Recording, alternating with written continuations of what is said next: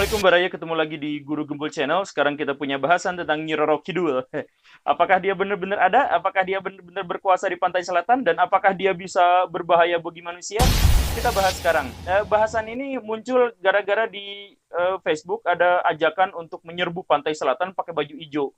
Mungkin sebagai pembuktian bahwa Nyi Roro Kidul itu tidak akan bisa ngapa-ngapain kita ya, mungkin begitulah. Dugaan saya sih ini terinspirasi dari serbuan orang-orang Amerika Serikat ke area 51 karena mereka juga pengen membuktikan bahwa di sana itu apakah teori konspirasi tentang alien yang hilir mudik di sana itu memang benar-benar ada. Tapi ini versi Indonesianya. Jadi ojakannya adalah datang ke pantai selatan pakai baju hijau.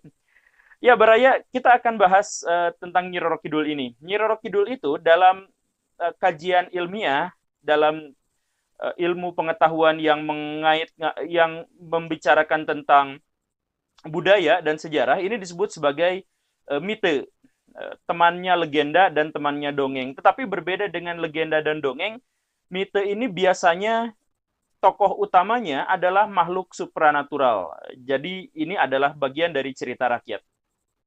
Kapan cerita ini mulai muncul? Tidak diketahui, namanya juga folklore. Kalau folklore itu kita tidak pernah tahu siapa yang pertama kali menceritakannya, tetapi dia mulai ada diperkirakan jauh sebelum Masehi, sebelum orang Indonesia bisa mengenal tulisan. Dugaan para ilmuwan adalah di pantai selatan itu ombaknya sangat besar, sangat kuat, dan sering terjadi badai. Baraya coba lihat kondisi geografis, kondisi letak geografis pantai selatan Jawa. Itu beberapa puluh kilometer ke dalam, itu ada palung Jawa, salah satu palung paling dalam di Indonesia, bahkan di dunia.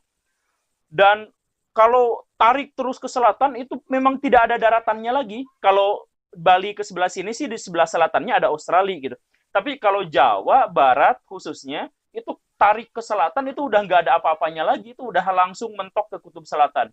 Jadi kalau memang di sana banyak badai, kemudian kalau ada orang tenggelam nggak muncul lagi karena di situ ada palung dan di situ laut lepas, hewan-hewannya juga lebih beraneka ragam, yang gede-gedenya gitu maksudnya, jalur migrasi hewan-hewan besar juga.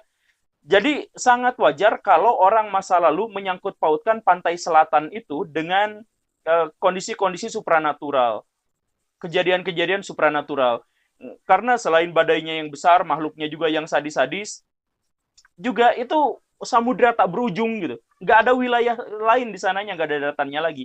Nah, dugaan para ilmuwan adalah karena kondisinya seperti itu, maka orang-orang yang ada di sekitaran pantai selatan Jawa kemudian memitoskan sosok makhluk yang belakangan kita sebut sebagai Kanjeng Ratu Selatan atau Nyi Roro Kidul. Siapa bangsa, kan orangnya kita tidak tahu, tapi siapa orang bangsa manakah yang pertama menceritakannya? Orang Sunda di kerajaan Pajajaran pernah punya cerita Dewi Kandita yang disantet dan akhirnya nyemplung ke laut, kemudian dia jadi penguasa Dedemit. Itu cerita itu lebih awal daripada cerita Mataram. Jadi dari mana kisah ini? Walaupun cerita tentang Nyi Roro Kidul itu ada di Jawa Barat, Jawa Tengah, Jawa Timur, dan Bali, tetapi dugaan terkuatnya cerita ini mulai munculnya di Jawa Barat. Kemungkinan besar di sekitaran Sukabumi sekarang. Karena ya ombak yang kuatnya itu biasanya di situ. Begitu Baraya. Nah, kemudian apakah dia sekarang itu benar-benar ada? Tidak. Ya, saya ngomongnya tidak itu secara ilmiah. Kalau saya mohon maaf kalau ahli spiritualis Jawa yang kejawen atau raja-raja di Mataram dan para ajudannya di sana, saya mohon maaf kalau masih mempercayai seperti itu ya silahkan. Tetapi saya di sini pengen menjelaskannya secara rasional dan dalam sudut pandang rasional itu tidak ada Nyi Roro Kidul itu, tidak pernah ada. Kenapa tidak tiba-tiba langsung ada klaim tidak pernah ada? Jadi begini Baraya, Nyi Roro Kidul itu menjadi populer, menjadi kuat, ceritanya menjadi banyak dan sekarang udah beraneka ragam. Jadi bahkan sekarang bersatu ya, Kanjeng Ratu Selatan dengan Nyi Roro Kidul itu bersatu, padahal itu adalah dua tokoh yang berbeda di generasi cerita awal. Tapi kenapa sekarang bisa populer seperti itu? Dugaan saya ini gara-gara Pak Sutawijaya. Sutawijaya itu adalah raja pendiri Mataram. Islam sekitar abad ke-16-an. Sekitar tahun 1500-an akhir. 1500, 1400, 1500-an. Bagaimana cerita ini bergulir? Ceritanya adalah begini. Orang Jawa itu tidak pernah percaya kalau ada pemimpin yang berasal dari rakyat jelata. Mereka percaya bahwa pemimpin itu darahnya berbeda. Masyarakat normal itu darahnya merah. Pemimpin itu darahnya biru. Sebab tidak mungkin ada orang yang darahnya sama, stratanya sama, sama-sama manusia biasa, kok bisa memimpin orang lain. Itu orang Jawa kuno, khususnya di zaman Hinduisme di Indonesia, itu tidak percaya dengan seperti itu. Makanya mereka menyatakan, melabelkan bahwa penguasa itu pasti darahnya biru, dari keturunan dewa. Jadi, kalau si raja itu meninggal, siapa penggantinya? Kata orang Jawa kuno, penggantinya harus anaknya, atau yang memiliki hubungan kekerabatan dengan dia. Kenapa? Karena sama-sama darah biru. Sama-sama darah keturunan dewa. Begitu kurang lebihnya. Jadi tidak boleh sembarangan, tidak boleh sama orang lain, karena itu udah terahnya dari sananya, udah seperti itu, turun-temurun. Nah, dalam sejarah Indonesia, dalam sejarah di Jawa khususnya, ada 2 orang raja yang dia tidak diangkat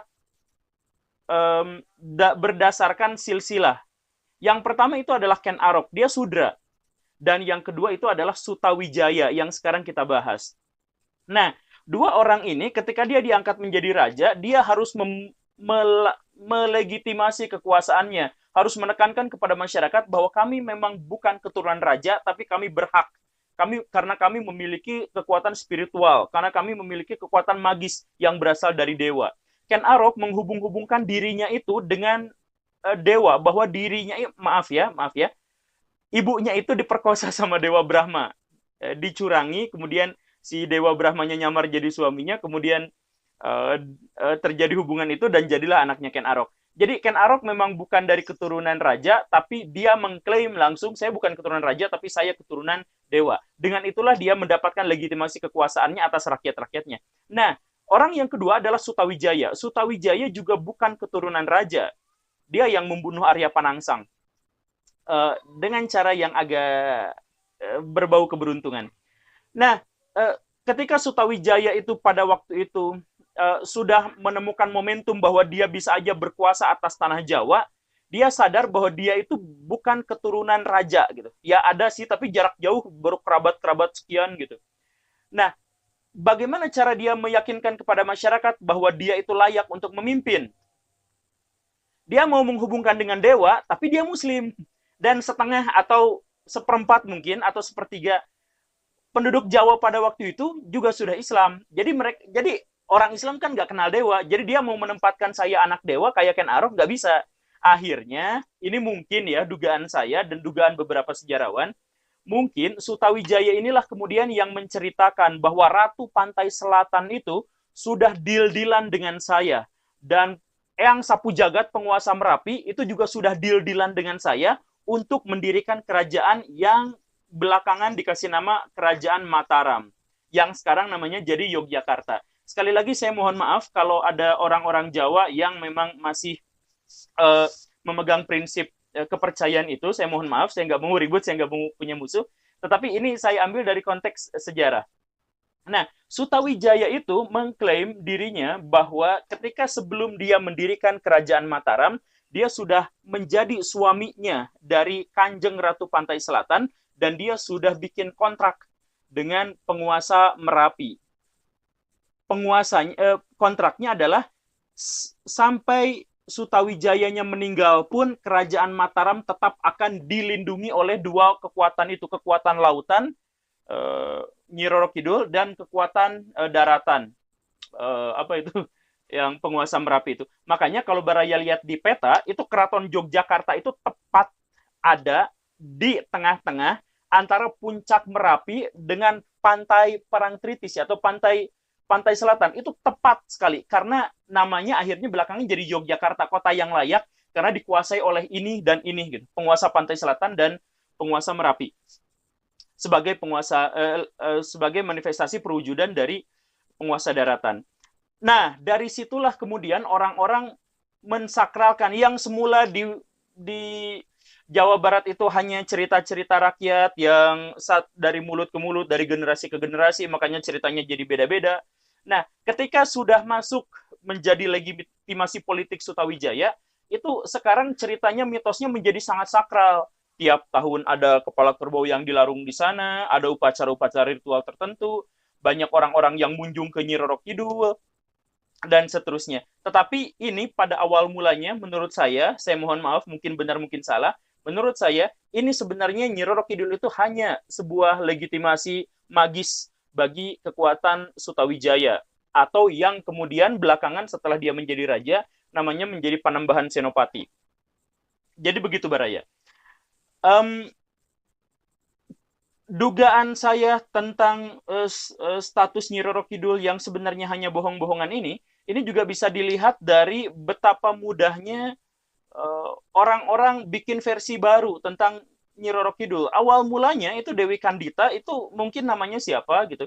Kemudian orang Jawa mengganti namanya menjadi Nyi Loro Kidul, yang sakit hatinya. Belakangan lagi berganti menjadi Roro Kidul, gadis dari selatan. Roro itu gadis, perempuan, sedangkan Loro itu sakit. Kemudian berganti lagi, Nyi Loro Kidul dengan Ratu Pantai Selatan, itu kan beda tokoh. Jadi Nyi Roro Kidul itu hanya anak buahnya, hanya patihnya dari Ratu Pantai Selatan. Tapi belakangan si Ratu Pantai Selatan juga akhirnya menyatu jadi ini. Kemudian nanti ada Nyi Blorong, satu versi menyatakan itu adalah anaknya, versi yang lain ini menyatakan bahwa itu adalah Nyi Roro Kidul asli juga sebenarnya, dan ada Nyi Roro Antong, ada banyak sekali cerita. Ini sebenarnya menunjukkan bahwa cerita ini berkembang dari generasi ke generasi karena tidak tertulis, tidak ada hak cipta, tidak ada kejelasan siapa sesungguhnya yang menceritakan ini awalnya, dan ya mengalir saja dari generasi ke generasi sehingga menjadi sangat berbeda-beda. Jadi kalau Baraya sekarang ada tautan di Facebook yang menyatakan ayo kita serang pakai yang ijo-ijo, mendingan jangan. Saran saya sih mendingan jangan. Itu kan musyrik. Percaya pada Nyi Roro Kidul. Percaya pada Nyi Roro Kidul itu tidak musyrik. Musyrik itu kalau percaya bahwa dia punya kekuatan mandiri di luar kekuatan Tuhan. Karena di dalam Islam kalau patokannya Islam, jin itu ada, dan Nyi Roro Kidul bisa saja dikategorikan sebagai jin kalau mau dimasukkan. Tetapi dalam sudut pandang ilmiah ya nggak usah dimasukkan juga, itu kan cerita rakyat dan harus dihargai aja cerita rakyat. Kan gini, pernah kita bahas di episode berapa gitu, cerita rakyat itu mau itu bentuknya dongeng, mau itu bentuknya mite, mau itu bentuknya legenda, ada materi, ada pelajaran yang harus disampaikan di dalam itu, yang kalau dilanggar bisa saja berbahaya. Di pantai selatan tidak boleh pakai baju hijau, menurut saya bukan gara-gara Nyi Roro Kidul benci, tapi kalau Baraya berenang di sana pakai baju hijau terus tenggelam, itu Baraya nggak akan ada yang nemuin lagi. Selain karena ombak arus, ombaknya di dalam sangat kuat, pakai baju itu hijau itu benar-benar menyamarkan Baraya dengan ombak lautan di sana yang juga warnanya cenderung hijau kalau dari dekat. Jadi ini jangan diremehkan, ini bagaimanapun cerita rakyat. Baraya mau sebut ini bohong, mau sebut ini tahayul, ya nggak apa-apa, tapi silahkan hormati bagian dari cerita rakyat itu. Yang jelas, sekali lagi saya katakan secara ilmiah, Nyi Roro Kidul itu hanya cerita legitimasi dari Sutawijaya. Begitu Baraya, itu saja, semoga tidak terlalu panjang. Silakan nonton episode-episode selanjutnya, dan sebelumnya saya Guru Gembul. Assalamualaikum warahmatullahi wabarakatuh.